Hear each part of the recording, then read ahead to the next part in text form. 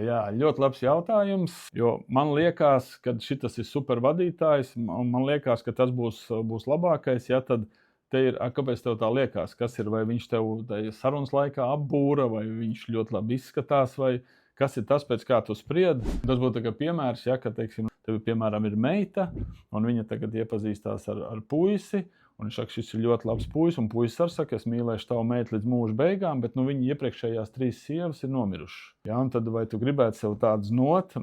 Visticamāk, ka nē. Kaut gan viņš sola, ka viņš būs labākais znots pasaulē. Un te ir līdzīgs stāsts, ka, ja mēs ņemam, mums vajadzētu paskatīties, vai viņš ir radījis kaut kādu rezultātu pirms tam. Kāda ir viņa pieredze, jo balstīties uz tādu subjektīvu, man liekas, ka tas ir super cilvēks, un es viņu paņēmu.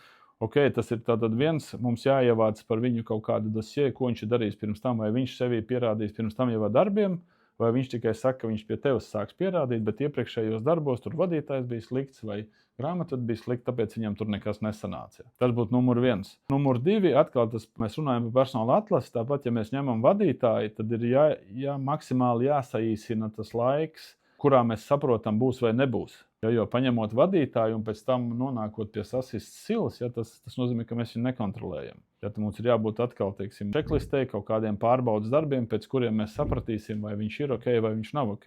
Ja, un pie situācijas, kad atnāca vadītājs un pēc īsa laika mani top darbinieki aizgāja, tad tā problēma jau ir daudz agrāk. Pat cik es kādreiz braucu krosā, un tāds interesants piemērs, es runāju ar vienu treneri, kurš trenē top līmeņa pasaules čempionāta braucējus. Un es saku, ko tu dari, kad tie braucēji, ka viņi atbrauc uz sacensībām, un viņi ierauga tur pasaules līmeņa sportistus apkārt kā savus konkurentus, viņš šausmīgi uztraucās. Es saku, kā tu viņam palīdz nomierināties? Viņš saka, tad, kad viņš ir atbraucis sacensību dienā jau un ierauga pārējos konkurentus un šausmīgi uztraucies, viņš saka, tad jau sen viss ir nokavēts. Tad ir pa vēlu.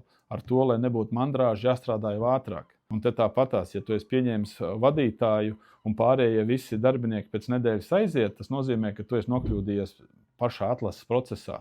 Tad jau glābt kaut ko ir stingri pa vēlu. Tad ir jāskatās, ko tu izdarīji nepareizi personāla atlases procesā. Varbūt tu kaut ko neņem vērā, tur viņa iepriekšējos sasniegumus, vai teiksim, nezinu, citreiz meitenes liekas, viņš jau tikai tagad dzer, ka mēs apprecēsimies, un viņš vairāk nedzers. Ja, kas, diemžēl dzīvē tā nenotiek, tā tik filmās notiek. Un te tāpat, ja mēs esam pieņemuši vadītāju un viss pārējais tīms aiziet, tad tagad jau kaut ko, tad ir vienkārši jādzēš ugunsgrēks, bet mēs esam jau nokļūdījušies personāla atlases procesā.